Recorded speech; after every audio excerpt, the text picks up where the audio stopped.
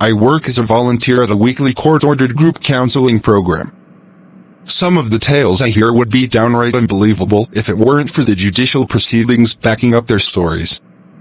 Let me show a short clip of one of these meetings, with someone I consider to be rather infamous, my concho.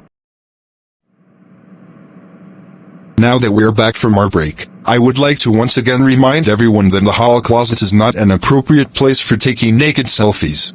Before we left, Mike Honcho was sharing some of the more contentious aspects of his life that may have contributed to his decision-making. When it comes to partying, I know you go hard in the paint. All those sleepless benders riding a roller coaster of glue and bath salts can be tough on the old bones. Tell us, where do you see yourself in 10 years? I don't have an official retirement plan, if that's what you're asking. You should think about packing some emergency landing gear, just in case things get a bit bumpy. The descent into Abyss Avenue can be sharp and steep, and the ground below is cold and unforgiving. Saddle up for the plunge, and try to hold on to something sturdy.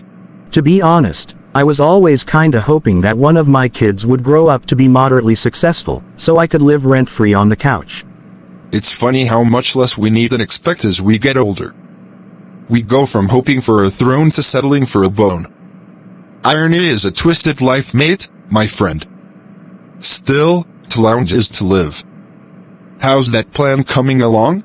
Sadly, neither of my rotten offspring seem to be very intelligent, nor do they possess any particular talents or skills that may help them pave a road of success as they progress in life. To put it bluntly, I'm fucked like Chuck. By the way, where the hell is Chuck? Last week I caught him rummaging through my closet for something he could use for accelerant, or maybe he was looking for lube.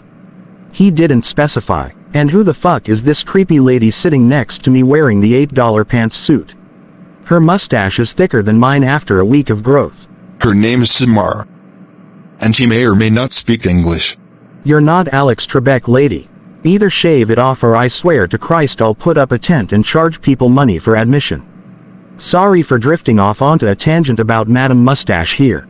What were we talking about? I remember something about Chuck's possible sex/arson fetish. Kids. We were talking about your disappointingly subpar kids.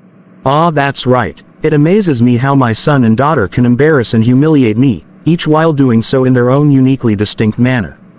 I often wonder if it's simply a case of rotten paternal luck, or perhaps the lifeguard watching over the gene pool was too busy huffing ether to notice things were a bit off. Group, I've met these children he speaks of.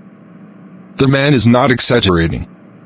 The first 3 times I interacted with them, I was convinced that they suffered from at least some severe form of retardation. Bingo. And not the mild kind of retardation like Forrest Gump, where they're just a little fucked up but have some cool superpower. With my kids we're talking the full-on window-licking short bus variation. One time, I witnessed the boy touching his tongue to random 9-volt batteries he found in the front yard. He did this again and again. Someone would see him doing it and take the battery away, then he would go find another one.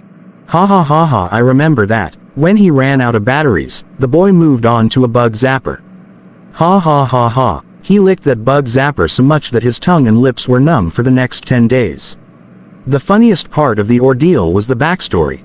A few days earlier, I convinced him that lightning bugs glow because they land on bug zappers and suck up the energy through their mouths. Well, that would explain why he kept asking me if he looked any brighter. I'm going to be spending some time in hell for that one. I'm sure of it. Quit judging me, mustache. I can feel those razor-sharp daggers of shame that you call eyes staring straight through me. It's unsettling. Truthfully, almost everything about you is more than a bit unsettling. Do you really want to know how I see my twilight years playing out, people? Before I call it a night and head home, allow me to make some waves on my way out by dropping a 10-ton truth bomb smack dab in the center of this emotion ocean. Hit us with it, Slim. Bombs away. I'm sure you all remember the board game, Life. Sometimes it seems like you can't lose, where every spin is amazing and you take the board by storm.